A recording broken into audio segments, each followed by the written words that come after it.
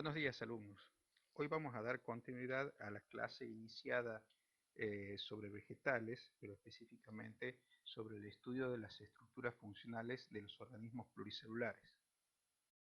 Como vimos en esa clase, la historia de los seres vivos en nuestro planeta estuvo siempre ligada a los cambios geológicos y estructurales de la Tierra, y cuando la atmósfera contuvo suficiente oxígeno y la vida surgió, la biosfera fue modificándose y los cambios fueron provocando la biodiversidad de organismos que hoy conocemos que pueblan nuestro planeta. La existencia de esta biosfera cambiante fue fuertemente influyente sobre la historia de la vida de nuestro planeta en una múltiple variedad de eucariotas que al tiempo se asociaron formando colonias o evolucionaron también formando organismos multicelulares cuyos descendientes produjeron la variedad de algas, vegetales, hongos y animales que conocemos hoy en día. Las primeras asociaciones de células, como vimos en la clase anterior, generaron colonias con especialización de diferentes funciones. Pero esta asociación de células fue mucho más allá. Un eucarionte multicelular, por ejemplo, se desarrolla de una célula única. Esta célula denominada cigoto se multiplica y las células que van originándose se diferencian para formar múltiples células especializadas. La creciente especialización celular hizo posible que los organismos multicelulares distribuyan algunas funciones vitales como obtener nutrientes, percibir el ambiente, protegerse de agentes externos, etc. Y todo eso se llevó a cabo gracias a la especialización de determinados grupos de células. Esta división de funciones condujo potencialmente a la aparición de tejidos y sistemas de órganos en muchos de los eucariontes multicelulares. Así como las plantas, los animales habitan casi todos los rincones de la biosfera, a pesar de la diversidad de hábitats, formas y funciones que tienen estos organismos, deben resolver una serie de problemas comunes, entre ellos, por ejemplo, nutrirse, obtener oxígeno, eliminar dióxido de carbono, eliminar productos de desecho que genera el organismo, ¿sí? Eh, y lo que vamos a hacer nosotros en esta clase es justamente discutir algunas de las especializaciones de los organismos, sobre todo de los animales, como una estrategia adaptativa a los diferentes ambientes de nuestra cambiante y dinámica biosfera. Eh, Desde luego que tenemos que ver también cómo vincular estas estructuras evolutivamente y cómo la complejidad creciente de los organismos hace posible resolver estos desafíos verdaderos para la vida y la supervivencia. Los animales son organismos eucariontes heterótrofos, pluricelulares, con diferentes tejidos que se desarrollan a partir de capas embrionarias. Los animales pueden caracterizarse y clasificarse según su morfología y su desarrollo, integrando lo que se conoce como plan corporal, el cual influye obviamente en su estilo de vida. La forma y el tamaño de los animales son características biológicas conocidas entonces como plan o diseño corporal, resultando esto de un patrón de desarrollo programado por el genoma, que es el producto obviamente de millones de años de evolución y afecta significativamente la manera en que el organismo interactúa con su ambiente.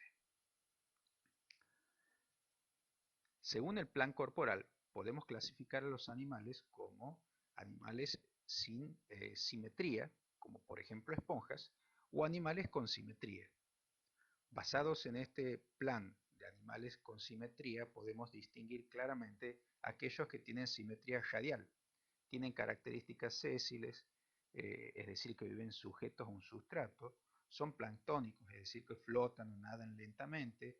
Pueden enfrentar al medio ambiente por cualquier sector de su cuerpo, dado que su simetría así lo hace posible. Mientras que por otro lado, el otro grupo de animales que poseen simetría bilateral son animales capaces de desplazarse, es decir, tienen movilidad, por lo cuanto tienen más actividad y, por ejemplo, pueden ir en busca de sus alimentos, escapar de predadores. Además, poseen un sistema nervioso bastante desarrollado que le permite coordinar las actividades complejas como el desplazarse o, por ejemplo, buscar sus alimentos. Tienen órganos sensoriales que los comunican con el medio y están permanentemente sensando el medio. Por otro lado, la distribución de sus órganos es asimétrica. El plano diseño corporal también involucra la especialización de funciones en tejidos originados durante el desarrollo embrionario, es decir, los tejidos embrionarios, aquellos que son inicialmente desarrollados mientras el animal empieza a desarrollarse embriológicamente para constituirse en un animal adulto. Así podemos encontrar animales diblásticos, se los llama así a los que poseen dos tejidos embrionarios solamente diferenciados, como por ejemplo las medusas y los corales. Y tenemos los triblásticos, es decir, aquellos animales que durante su desarrollo embrionario manifiestan la presencia de tres tipos de tejidos claramente diferenciados, como por ejemplo los platelmintos, los artrópodos, los vertebrados. Nosotros somos triblásticos. Presentan una cavidad abdominal denominada celoma que brinda además sostén mecánico e hidráulico a los órganos y un espacio para su creciente aumento de tamaño.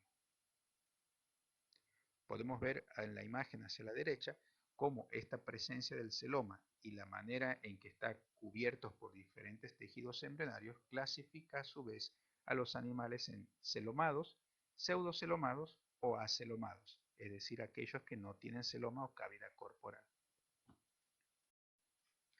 El plan corporal y la apariencia del animal tienen aún más un efecto directo sobre el modo en que el animal intercambia energía y materiales o sustancias con el medio ambiente, fundamental para que pueda sobrevivir.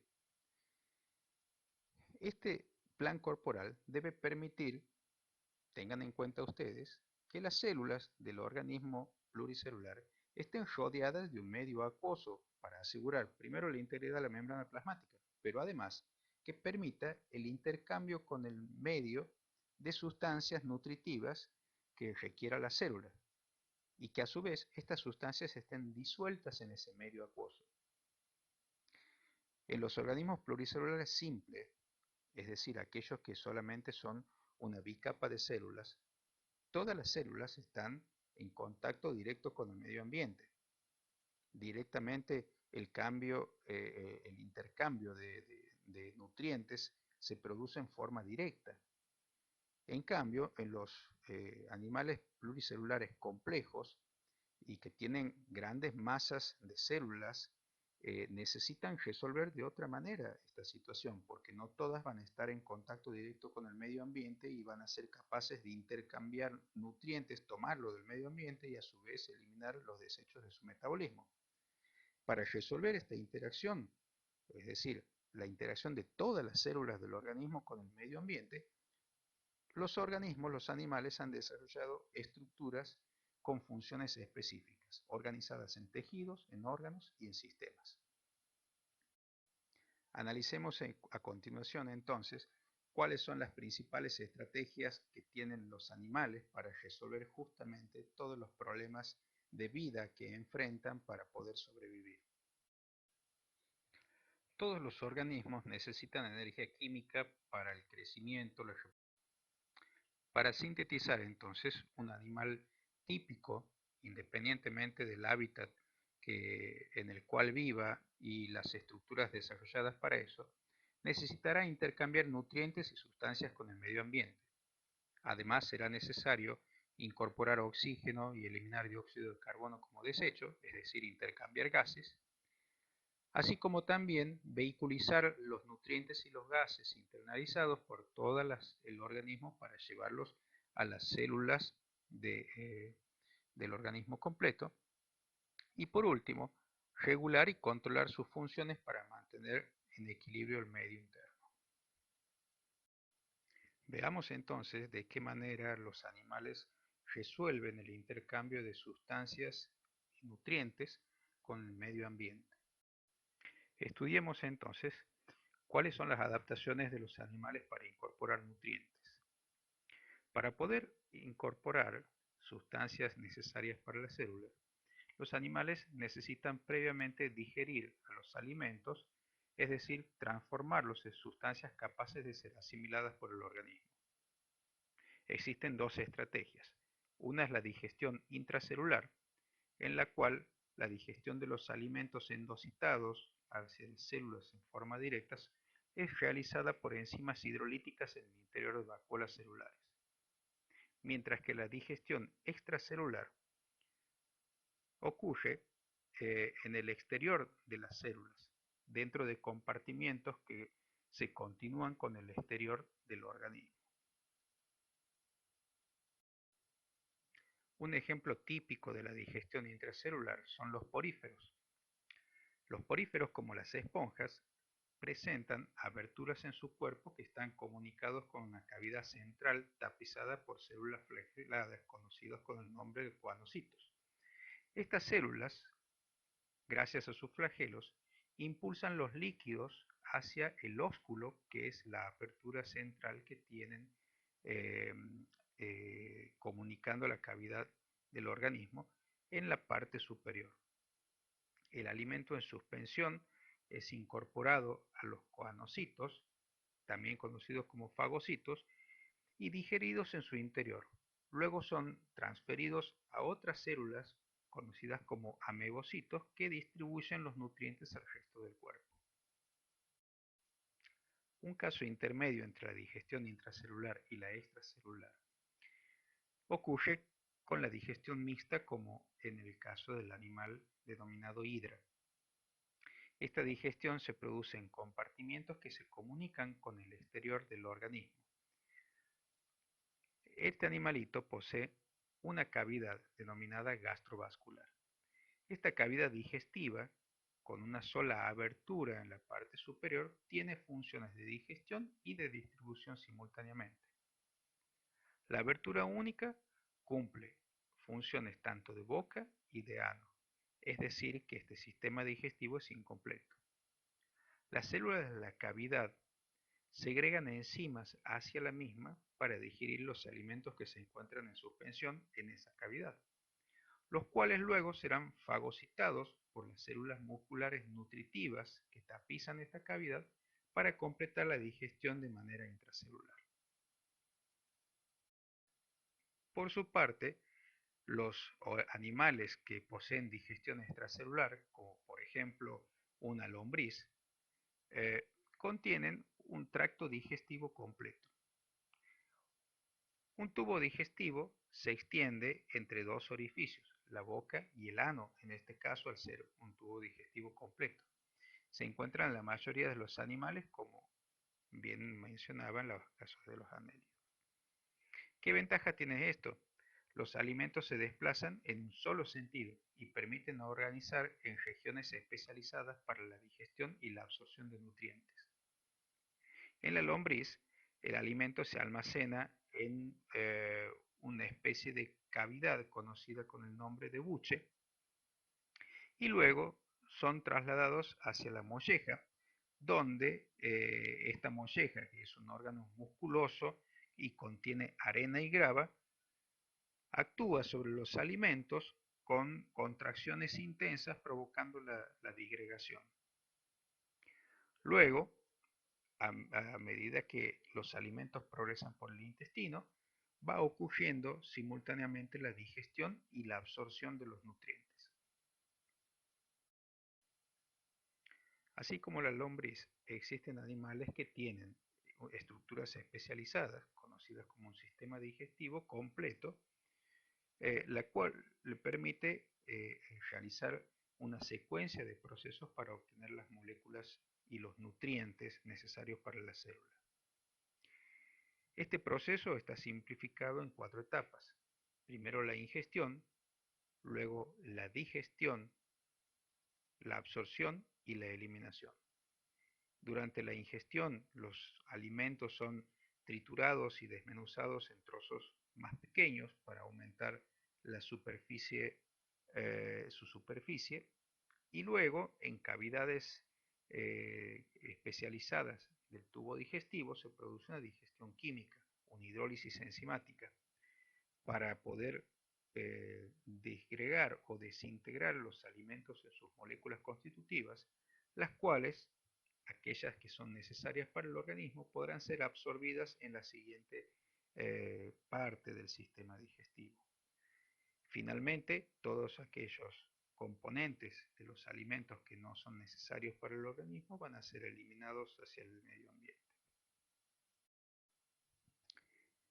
En los organismos pluricelulares, los sistemas de órganos representan el nivel de organización más elevado, en el cual se puede observar cómo la cooperación de diferentes tejidos y estructuras sirven para cumplir una función específica para la supervivencia del organismo. En los mamíferos, cada órgano del sistema digestivo, desde luego, tiene funciones especializadas para el procesamiento de alimentos, como ocurre también en la lombriz y en otros animales. En el hombre, que es el caso que nos toca más de cerca, podemos ver hacia la izquierda una síntesis de las estructuras que componen su sistema digestivo, con algunos órganos fundamentales para cumplir la función de extracción de nutrientes. Tal es el caso, por ejemplo, de las glándulas salivares, que secretan estas sustancias que humectan los alimentos, mientras en la boca las piezas dentales van triturando los alimentos. A su vez se van volcando enzimas que van a provocar digestión parcial de estos alimentos a medida que se los mastica y se los desmenuza. O sea que la digestión empieza directamente en la boca. Una vez que esos alimentos son eh, desmenuzados mecánicamente, pasan hacia otra cavidad, que es el estómago, en el cual se vuelcan diferentes sustancias hidrolíticas, enzimas hidrolíticas y ácidos capaces de provocar una digestión más profunda del alimento. Asociado al final del estómago se encuentra el hígado, capaz de producir algunas sustancias muy importantes para la emulsión y posterior digestión y absorción de las grasas y los lípidos. Y así podemos encontrar varios ejemplos en el sistema digestivo de funciones asumidas por diferentes órganos que hacen posible que los nutrientes ingresen al cuerpo y puedan llegar en las moléculas necesarias para cada célula.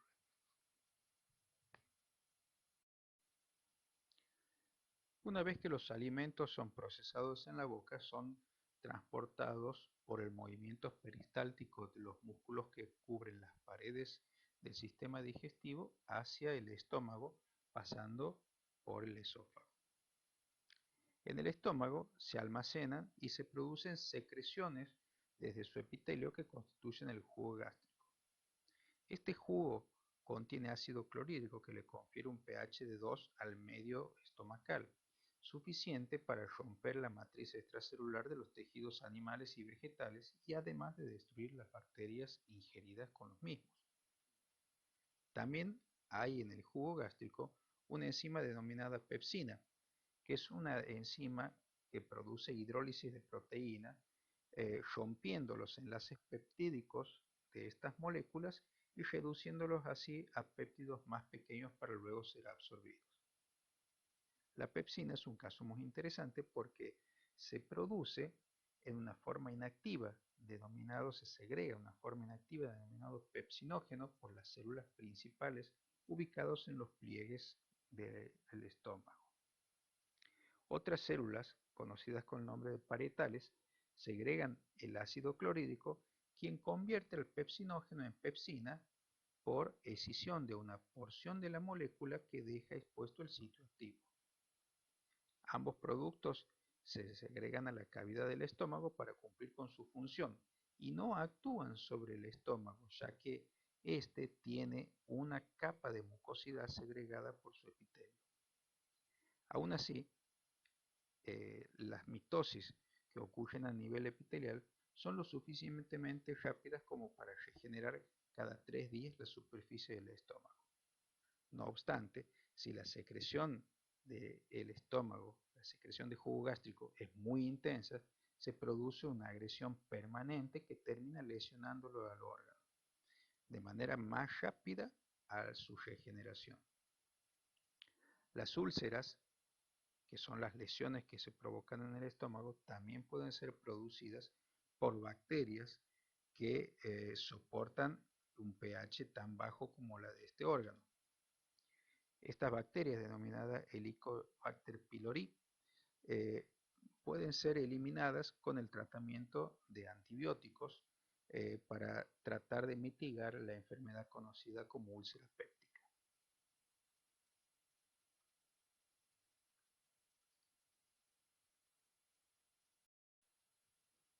A continuación del estómago, el quimoácido, como se denomina al fluido rico en nutrientes que provienen del estómago, desemboca en el duodeno, donde se mezcla con los fluidos digestivos del páncreas, la vesícula biliar y el hígado. Este fluido está compuesto por varias enzimas digestivas, bilis y bicarbonato, que actúan como un bufferante del pH del quimoácido que proviene del estómago. Esta mezcla de jugos digestivos con el quimoácido continúan su tránsito hacia el intestino, donde son realmente absorbidos los nutrientes y el agua. Así como hay bacterias capaces de provocar trastornos en el estómago, existen también otras bacterias asociadas al tubo digestivo que provocan beneficios eh, generando realmente adaptaciones simbióticas entre los animales y las bacterias. Las costumbres y el comportamiento de los animales, así como sus hábitos alimenticios, definen además las adaptaciones del sistema digestivo para poder asimilar las moléculas necesarias para cada célula. Por ejemplo, en un vertebrado, en un mamífero carnívoro, el estómago es expandible y de gran tamaño y puede adaptarse a pasar periodos prolongados sin ingerir alimentos. Las piezas dentarias, además, están adaptadas para desgarrar los alimentos y matar a las presas.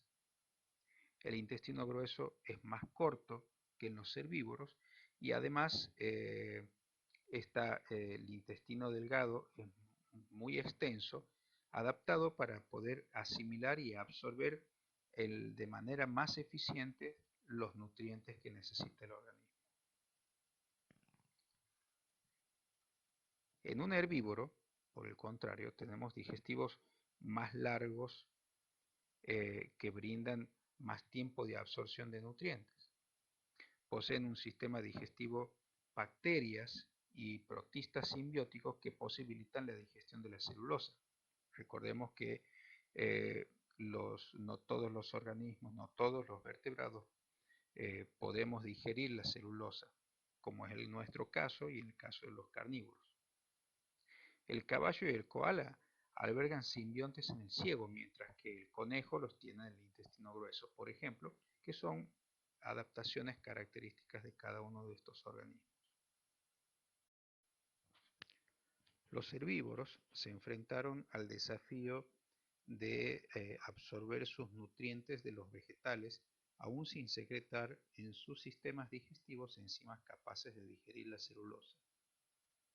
Según el animal que se trate, albergan en las cavidades del sistema digestivo bacterias y protistas capaces de digerir la celulosa en azúcares simples y otros compuestos que el animal puede absorber con posterioridad. En ocasiones, los microorganismos también pueden tomar estos azúcares y junto con otros minerales producir nutrientes que son capaces de ser captados o absorbidos por el animal, como por ejemplo vitaminas y aminoácidos. Es el caso de termitas eh, o también los mamíferos como las vacas o los ciervos o bien las ovejas, conocidos con el nombre eh, común de rumiantes. En un rumiante, el estómago tiene 4 cámaras donde habitan bacterias que actúan sobre la celulosa. Esas 4 cámaras se conocen con el nombre de rumen, retículo, abomaso y omaso. En la vaca, por ejemplo, cuando mastica y deglute por primera vez el pasto, los bolos alimenticios se encuentran en el rumen o se dirigen hacia el rumen, sigan las flechas de color verde. Algunos bolos también entran en el retículo. Tanto en el rumen como en el retículo, los procariontes y los protistas simbióticos actúan sobre la comida rica en celulosa. Como derivados del metabolismo de estos microorganismos, se secretan ácidos grasos. La vaca regurgita y remastica el contenido rumial, proceso que se conoce obviamente como rumia. Se degrada aún más a medida que vuelve a masticar estas fibras y las vuelve cada vez más accesible a la acción de los microorganismos. Posteriormente, la vaca vuelve a deglutir y ese bolo o ese material rumial se conduce hacia el omaso, sigan las flechas de color azul, que se desplaza donde se produce, la extracción del agua. Posteriormente, este material, que contiene gran cantidad de microorganismos, finalmente pasa al abomaso para la digestión por enzimas propias de la vaca y luego continúa hacia el intestino donde se van a absorber todos los nutrientes, tanto los producidos metabólicamente por los microorganismos simbiontes, así como los que la vaca logra extraer de alimento ingerido.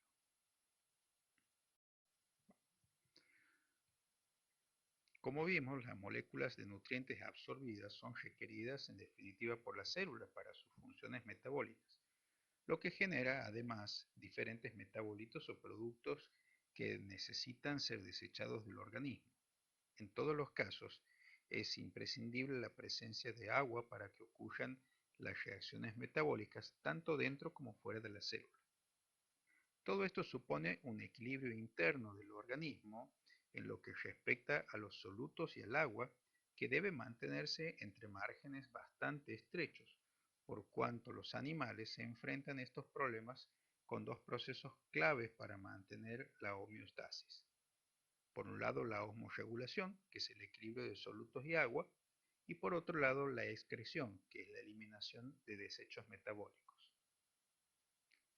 Dado que la mayor parte de estos desechos metabólicos están disueltos en agua, cuando son eliminados del cuerpo, pueden tener gran impacto en el equilibrio hídrico del organismo.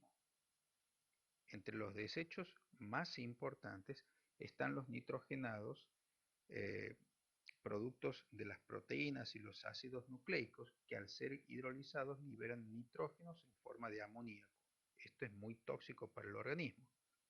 Este amoníaco es excretado directamente en algunas especies y en otras lo convierten en otros compuestos menos tóxicos, desde luego. El mantenimiento del balance hídrico u osmorregulación y las adaptaciones estructurales para evitar la pérdida de agua, como por ejemplo capa de serosa de exoesqueleto en los insectos o las cápsulas queratinizadas de la piel en los vertebrados o conchas de los caracoles, son algunas de las estructuras desarrolladas a tal efecto por los animales. Por otro lado, el control de movimiento de los minerales entre el medio interno y el organismo y el medio ambiente, a través de sistemas de órganos excretores, llevan a la regulación de la concentración de minerales y otras sustancias en el interior del organismo. Puntualizando brevemente esto, debemos tener en cuenta que el medio fisiológico de los animales funciona dentro de un ambiente líquido, acuoso. Para que ocurra en forma adecuada, debe controlarse la concentración relativa de solutos y agua dentro de límites muy estrechos frente al ambiente externo o interno cambiante. El metabolismo interno enfrenta a los animales con el problema de la eliminación de los desechos que atentan con el equilibrio osmótico en su medio interno.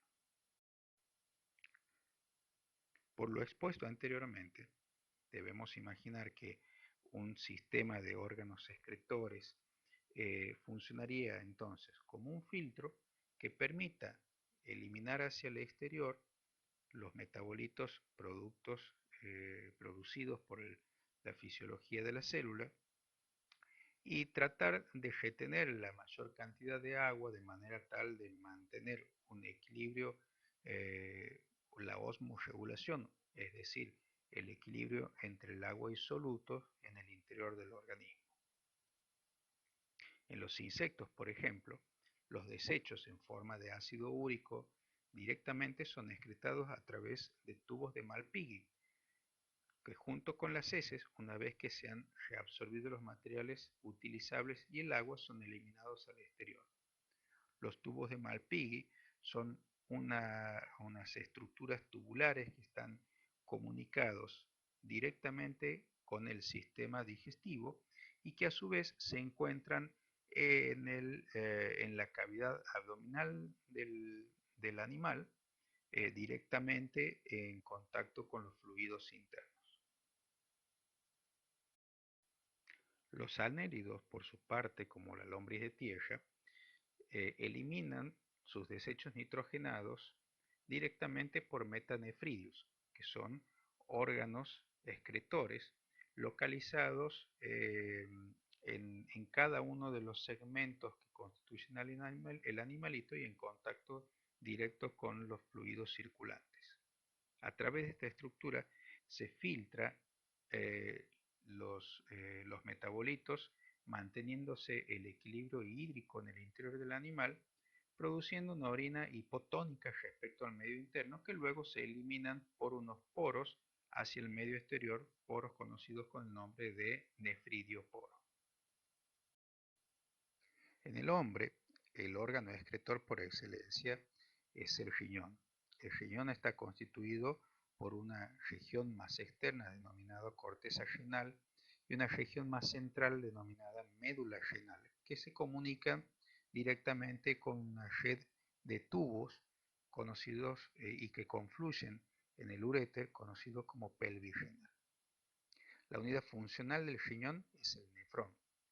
Cada nefrón, como pueden ver en el esquema situado en la parte inferior de la diapositiva, está formado por un túbulo largo unido a un bulbo cerrado conocido con el nombre de la cápsula de Bowman, que contiene una serie de capilares que están muy retorcidos y en íntimo contacto con, con los túbulos.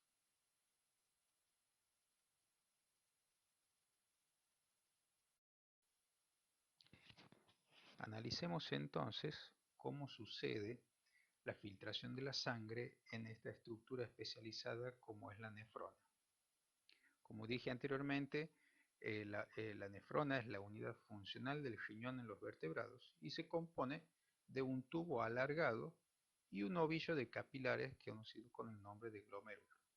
En el extremo del tubo, próximo al glomérulo, hay una zona más ensanchada con forma de copa que engloba al glomérulo conocido con el nombre de cápsula de Bowman.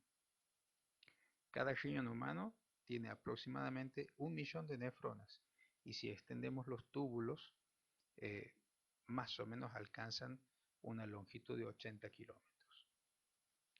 La filtración de la sangre sucede cuando la presión sanguínea obliga al líquido a pasar desde el glomérulo a la luz de la cápsula de Bowman. Los capilares son permeables, igual que las células de la cápsula de Bowman, y son capaces de dejar pasar agua y solutos pequeños, pero no así a las células que componen la sangre y moléculas grandes como proteínas del plasma. La filtración entonces de pequeñas moléculas no es selectiva y el filtrado de la cápsula de Bowman termina conteniendo sales, glucosa, aminoácidos, vitaminas, desechos nitrogenados como urea y otras moléculas pequeñas.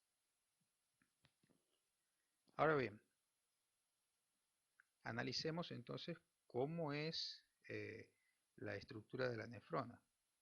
Básicamente es un túbulo alargado que tiene una parte próxima a la cápsula de Bowman conocido como túbulo proximal.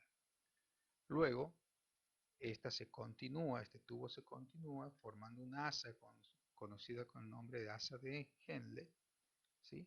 Y luego esa asa de Henle vuelve hacia la porción de la corteza renal para constituir lo que se denomina túbulo distal, que luego desemboca en el conducto colector. Cada región de, el, de la nefrona posee una función específica en el filtrado de sustancias y también en el transporte de sustancias hacia el interior o hacia el exterior de la nefrona. Las nefronas eh, y el conducto colector están revestidos por epitelio de transporte que procesa el filtrado para formar la orina, que es el líquido que luego contiene diferentes moléculas y es expulsado hacia el exterior. Cada nefrona está en íntimo contacto con una serie de arteriolas y capilares que están rodeando a los túbulos de la nefrona, eh, constituyendo capilares peritubulares que presentan desde luego una función importante en el proceso de filtrado.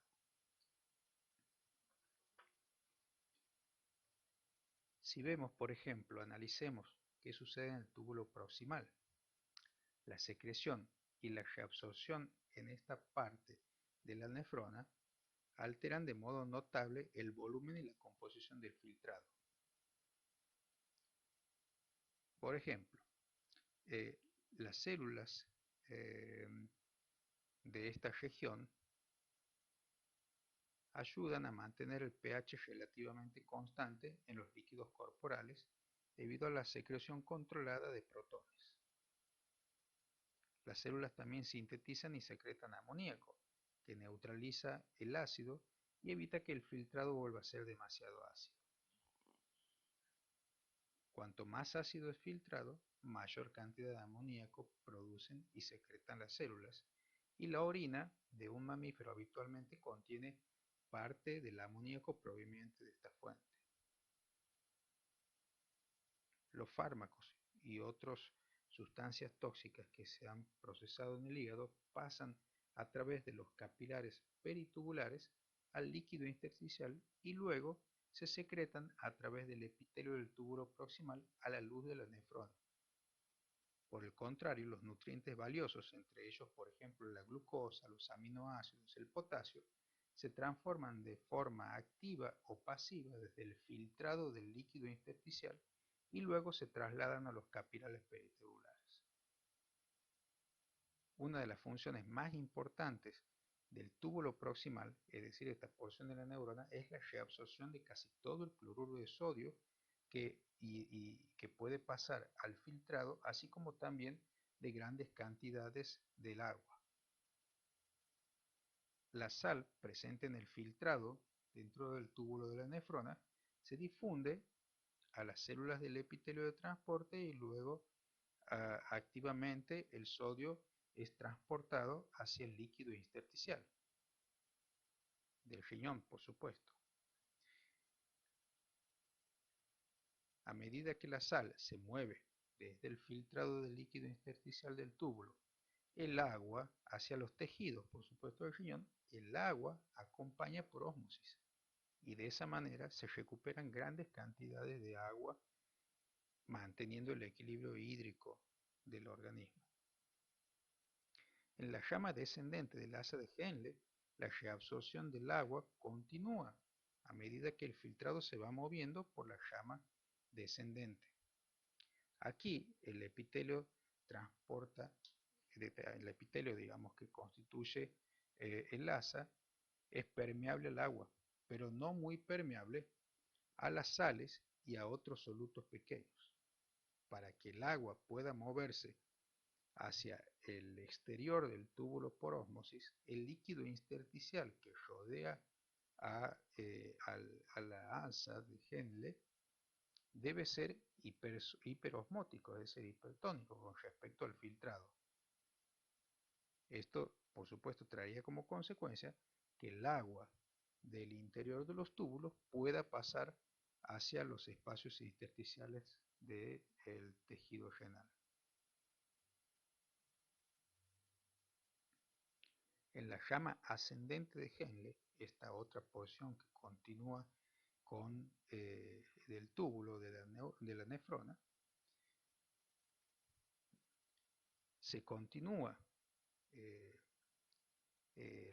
filtrando cloruro de sodio hacia los espacios intersticiales y de esa manera el agua continúa saliendo del interior de los túbulos para poder ser reabsorbida hacia el organismo.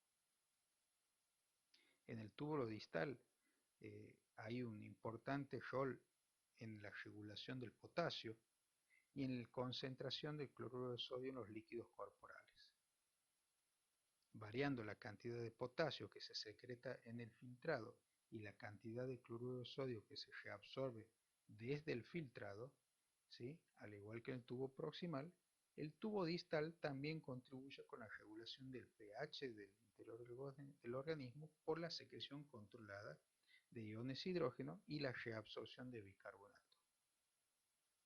Por último, el túbulo colector no es simplemente un túbulo que colecta el filtrado del líquido proveniente de la nefrona, sino que a su vez reabsorbe activamente el cloruro de sodio, eh, haciendo posible que más cantidad de agua pueda reabsorberse antes de la eliminación del filtrado. Como pueden ver en la imagen superior derecha, todo esto se hace posible por la íntima relación anatómica entre los capilares peritubulares que rodean a todo el neutro.